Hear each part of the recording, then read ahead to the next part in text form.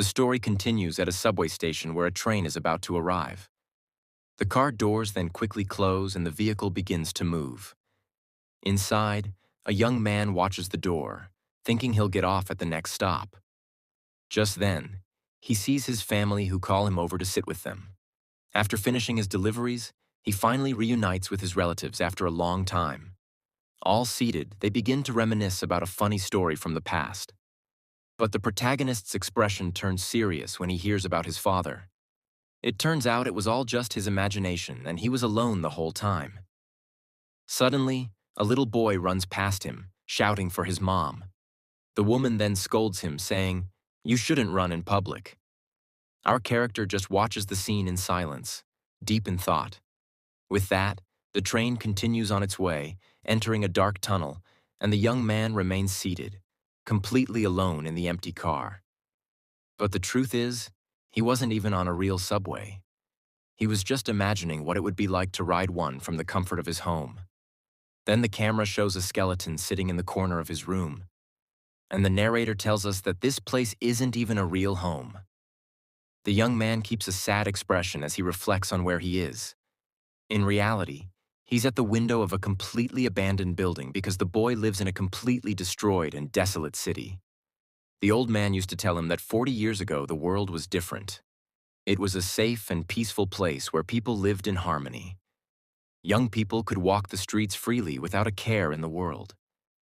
But a terrible tragedy struck the entire world without any warning. From the sky, enormous and mysterious black pillars began to fall. These unknown objects fell like rain, destroying all the cities. People looked up at the sky in terror as the pillars descended. With that, their impact caused massive explosions all over the planet. The protagonist tenses up as he remembers this frightening story, and that's how the world ended up as just a ruined place. He always found the old man's stories very hard to believe. But the one that made the least sense to the young man was the one about the subway. He couldn't understand how so many people could be together in such a small space. To the boy, that would be like asking for trouble in this day and age.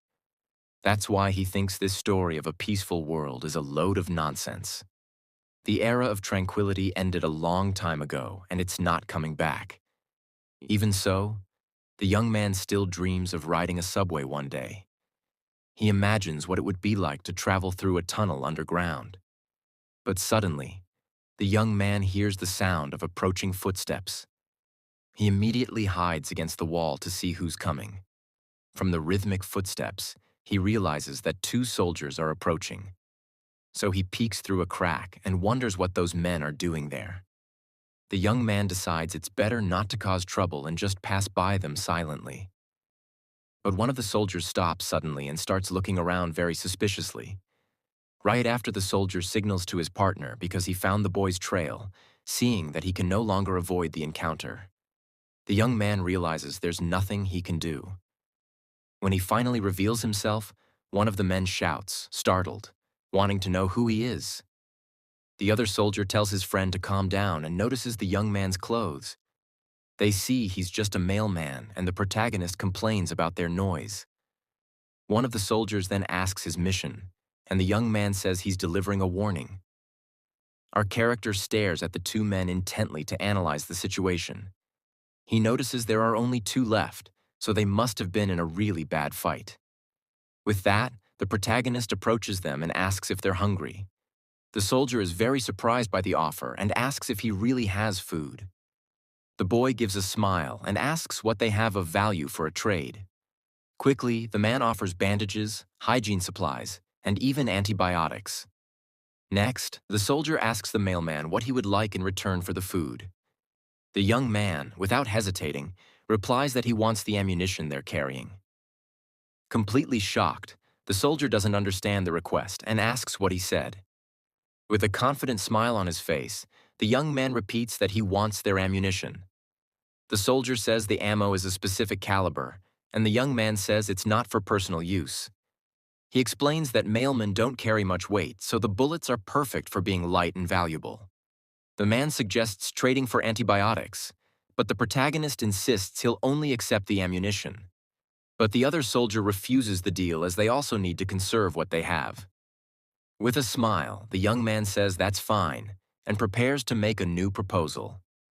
He then offers all his food and water in exchange for just a single bullet. The young man confirms the offer, all his food and water in exchange for just a single bullet. The young man confirms the offer, and the desperate soldier offers a lighter instead. The man says the lighter is new, but the boy questions the difficulty in giving up one bullet. At this moment, the protagonist falls silent and observes the two with great suspicion. He kneels in front of the soldiers while thinking about a possibility with a slight smile on his face. The young man begins to understand their whole situation. His eyes show that he has finally figured out the two men's secret. The young man then asks directly if they actually have any real ammunition. Angrily, the soldier points the weapon at him and threatens to show him if the magazine is empty. The mailman raises his hands and tells them to calm down, but the man tells him to be quiet. The masked soldier says they're not going back anyway and calls him useless. The young man then focuses on the part where the soldier said they would never go back. He realizes that the two are not survivors, but army deserters. With a provoking smile, the protagonist calls them worthless, foolish bandits. Furious, the masked soldier lunges to attack the young man, shouting in anger. The young man says that with that attitude, the soldier is just proving his point. He confirms his theory that they have no more bullets and lands a kick on the soldier. The blow is so strong that the man's mask shatters and he's left breathless. Seeing this, the other deserter rushes to attack the protagonist from behind with a knife. The blade cuts through the air with speed, heading for the mailman's neck, but the young man dodges the blow by leaning away and says he was aiming for his neck. The soldier is completely shocked to see that his surprise attack failed. The protagonist then warns that the soldier's movements are too easy to predict. Next, the boy lands a powerful kick that hits the man square on fallen on the ground. The soldier can't believe a simple mailman managed to do that. The young man complains that they keep calling him mailman in a dismissive way. At that, the deserter tries to strike him again, but the young man blocks it with his arm. The soldier is speechless. Seeing his blade stopped so easily, the protagonist says this is pure discrimination and prepares a counter-attack. Without wasting time, he lands a very strong punch on the soldier's face. The impact is so great that the man is thrown against a pillar and passes out. Lying on the ground, the soldier notices something on the boy's arm and is shocked. The torn sleeve reveals an officer's shield, and the man wonders how he got it. The young man looks at the gear and complains that the soldier scratched an important part. He then approaches and asks how he'll be compensated and if they have any more bullets. The young man then says that as compensation he's going to want one specific thing. At that, he picks up the fallen soldier's weapon and shows it to the other one. The man is in shock because he recognizes the pistol as a hunter's weapon. Frightened, the deserter asks who the boy really is, and he just stares back with a mocking smile. The young man says he's just an ordinary mailman like any other. After dealing with the men, he looks at his torn sleeve and complains about the scolding he's going to get. He then takes off his coat and thinks about finding a way to sew up the tear for now, but he regrets not having taken more things from the soldiers for the damage to the shield. At least he got enough for the repairs and decides to continue on his way. With 3 hours until the airstrike, the young man walks through the destroyed city. As he approaches a large wall, a guard shouts for him to stop immediately.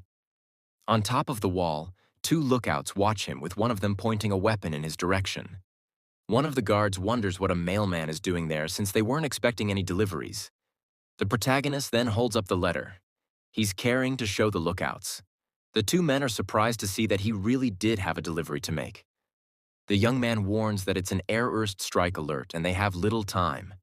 The younger lookout finds it strange for a mailman to deliver this kind of warning and comments to his partner. The other man explains that his presence means a huge pillar is going to fall. Seeing the guard's delay, the young man announces he'll trigger the alarm himself. At that, he activates his shield which glows red and the lookout panics. The metal gate begins to rise, making a very loud noise as it opens completely. The guard tells the delivery man to get inside the seemingly safe place quickly. With that, the young man enters alone and walks down the hallway as the lookout stays behind. At that moment, he looks up to observe the structure of the head out. Seeing the steel ceiling, the young man is impressed that they've held out for so long. Suddenly, the alarm sounds and the residents begin to doubt if the boy is a real mailman. A little girl watches everything fearfully and says she plans to keep living in that place. The protagonist remains calm and ignores the malicious comments from the people around him. Then the masked man takes the young man to his direct superior. With a watchful eye, the young man wonders if that man is the real leader there. In front of him is a very strong and muscular guy with a very serious expression. The mailman knows that when visiting a new settlement, he must follow specific laws. He reflects that in these isolated places, people create their own beliefs to survive. With that, the boy remembers the main rule is not to say anything before the chief does. The captain makes a hand gesture and approaches with a very different attitude, but he lets out a laugh and invites the young man for a drink while putting a hand on his shoulder. Now, inside a bar, the man asks if a black pillar is really going to fall in the region. The protagonist shows the data from headquarters and warns that the arrival time is in 2 hours. Looking at the papers, the leader admits he doesn't understand any of those written numbers. At that, the man stares at the young man and says he must know the real meaning of the data. The local leader asks what the chances are of his home surviving the attack. The young man says he doesn't know anything and that he's just an ordinary mailman, but the chief isn't convinced and demands a sincere answer from the young delivery man. The man gets annoyed by the lack of an answer and tells him to leave immediately. Calmly, the mailman remembers the second rule, which is to never interfere in their affairs. He crouches down and says that even if he wanted to leave, he still has work to do. The leader asks if it's a government matter, and the young man says it's something similar. From his bag, he takes out a device that measures the impact force of the pillars. The chief thinks the ceiling will interfere, but the young man says they compare the data. The mailman explains that the pillars are like living things and that a ceiling won't help. He continues saying that they act slowly and land on specific targets. The young man warns that they have 1 hour and 50 minutes and asks what they're going to do. The protagonist reflects that the same thing always happens when an outsider shows up. Several residents gather to trade items with the newly arrived young man. But the mailman tells everyone that the only thing he wants is ammunition. Suddenly, he notices some strange figures approaching through the crowd. Someone calls to him from a dark corner, and the young man turns to see who it is. With no ammunition, the stranger offers a grenade as an alternative for the trade, but he just thinks about considering the offer he received. The leader questions the trade for a grenade that might not even work properly in the end. The young man takes the grenade and with a confident smile says he can tell it works just by looking at it. The leader then asks why he hasn't left yet, and the young man replies that he's going to stick around. With a smile, the man says he has a favor to ask the mailman who's just passing through. At that, a girl with a rifle on her back introduces herself as Jiayang Hui to the protagonist. She asks if he's going back to headquarters, but the young man interrupts her by placing a hand on her head. With a very irritated expression, the mailman asks what the meaning of all this is. The chief explains that the young woman has a delivery and wants to go with him as it would be cheaper for everyone. The young man then questions the need to go to headquarters for something she could deliver. He tells her to get lost, and the girl says she'll be his shadow, but he doubts her ability. To prove her point, the girl turns on a flashlight and illuminates his shadow on the ground. Annoyed, the young man complains about the waste of battery and rejects her proposal on the spot, but the girl offers a magazine of ammunition, and the young man is completely shocked by the offer. The leader then scolds Jiayang Hai, asking where she got that ammunition. He questions their trust in mailman, saying the place doesn't look wealthy enough for this. The magazine is almost full with high-quality military-grade ammunition. The young man stays silent for a moment as he analyzes the girl's new proposal. At that moment, the chief places a hand on the girl's head and offers her along with the ammunition. The young man says he can just take the message, but the man insists that he take the girl with a smile on his face. The leader states that this place is his true home. He says he will protect the place, but can't let Jiayang Hui take part in this gamble. The protagonist turns and reflects on the leader's decision to stay in the shelter. At that, the young man thinks that a roof can be rebuilt at any time. He then turns to the girl and tells her it's time for them to leave as quickly as possible. The two walk through the city, and the young woman asks if the roof will really stop the pillar. The mailman answers no, and the girl asks why he didn't tell them the truth. The young man then tells the girl that he had two reasons for not saying anything before. The first is that those people wouldn't leave there no matter what he said. And the second is that in this world, there's always a small chance for things to work out. With 30 minutes left until the attack, he remembers that this is how he survived. The sky turns completely red as a huge roar echoes throughout the destroyed city. Just then, the drink in the glass trembles, and someone asks if the captain really isn't going to run from the danger. The shelter's leader remains seated at the counter and says that the roof will protect them all again. With that, the masked man offers a sip as the mood in the bar grows more and more tense. The big guy then asks if the mailman said anything else important before leaving. At that moment, he focuses on the ceiling and thinks that a structure like that can always be rebuilt. As the protagonist walks, the narrator explains that the hero believes in rebuilding things. Holding his glass, the leader keeps the true meaning of his mysterious words to himself. The conversation continues, and the masked man asks if there's still anything to eat in that isolated place. With a slight smile, the captain remembers he still had some beef jerky saved for her. The scene cuts to little Jiang Huai eagerly chewing on a piece of food. Sitting on the floor, the girl offers some to the young deliveryman and comments on his magic bag. He just politely refuses as he adjusts his jacket and gets ready to continue the journey with her. Analyzing the ammo clip, the hero notices it should have 30 bullets, but one is missing. Then, the young man reflects that the gang's leader wouldn't have taken a round without a good reason. Suddenly, the girl thanks him for keeping his promise, and the protagonist is very confused. She reveals she was afraid of being abandoned, but now fully trusts her new companion. With his cold demeanor, the young man says he's not protecting anyone and that she's following him because she wants to. Even so, the little one insists she wants to thank him properly for all the help she received. In the end, the girl gives a huge smile and makes a funny gesture at the mailman while shouting, "Thank you."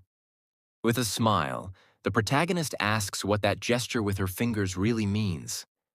She explains that in her settlement, it means gratitude, and the young man sigh, telling her to pay attention.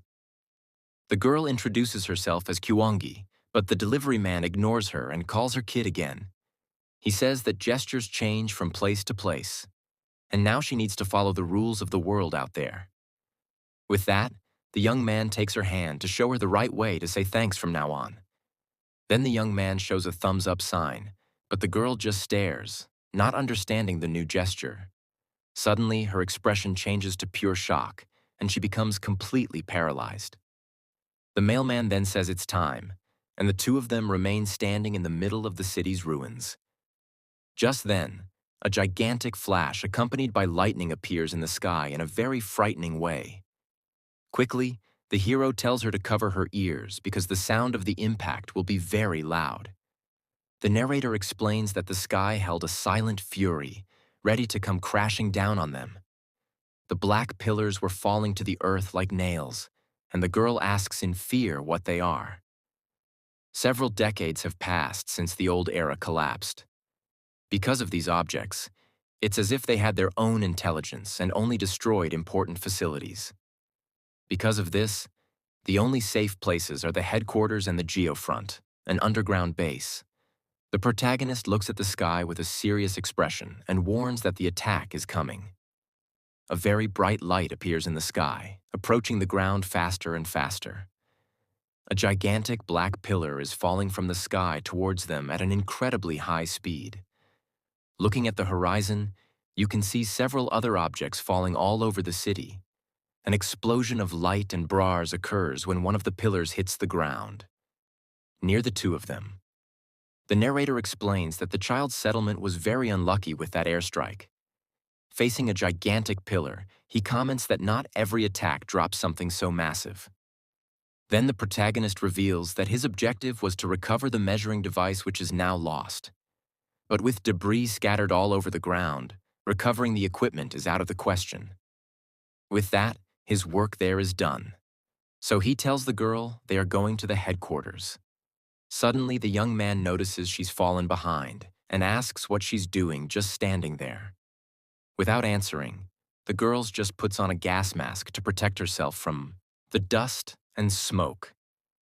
He then calls for her to leave, and the girl silently agrees, starting to follow the hero. The scene shows a completely destroyed bridge, revealing the level of the city's devastation. Walking through the empty streets, the shadow of the two is cast on the road's cracked asphalt. As they walk in silence, tears start to stream down little Kungi's face. She keeps walking with her head down, completely devastated by the loss of her home with a choked voice. The girl calls out to the mailman, who stops and looks back, waiting for her to speak. The young man says the black pillars are a disaster, but there is one good thing about them. The girl looks up in surprise, and he continues saying it's something that only happens afterward. He explains that after an attack, the sky becomes so clear that the stars shine brighter. At that, she looks up and is met with an incredibly scary and beautiful night sky. The girl comments that not everything is bad then, and the young man turns to her looking puzzled. He's surprised by her attitude and asks if she's trying to comfort him now. Then the hero stands up saying he hates crying because it's a waste of energy for the journey. The girl smiles and seems to be feeling much better after their talk. She asks why he does this job, and the young man says it's to live, but she insists on asking about dreams. He then asks what's so important about her delivery, but the girl points out that he hasn't told his story. The deliverman calls her annoying, but gives in and says he'll show her something special. He then pulls out a small train-shaped keychain, and the girl asks what it is. The young man explains it's a subway, a device that used to transport many people in the old days. She thinks the object is the perfect size to eat, and he tells her it's just a miniature. With a dreamy smile, the protagonist asks her to just imagine what the real one would be like. He describes a train carrying hundreds of people through underground tunnels at high speed. The mailman confesses it's a relic from the old era and that his dream is to ride a real one. The girl laughs and says he's much more innocent than he looks, which irritates the hero. He then changes the subject and asks how long she's going to hide it, leaving her confused. The young man reveals he knows about the ammo clip and asks directly if she hid around. He says he won't take her ammunition but needs a favor in return. He then pressures her to tell the truth, and the girl confesses she ate the missing round. Shocked, the young man asks if she's lost her mind, and the girl apologizes, saying she ate all the meat. He complains that kids will eat anything, but that she needs to fix some of her bad habits. Then the protagonist calls her kid and holds her arm to say something important. He says that next time she's hungry, she should just ask because he can share his food. Surprised by the kind gesture, she looks at him and calls him by his title, Mailman. Suddenly, he grabs the girl and looks up with a serious expression as she calls out to him. The young man asks for silence and tells her not to move a muscle, leaving the girl very confused.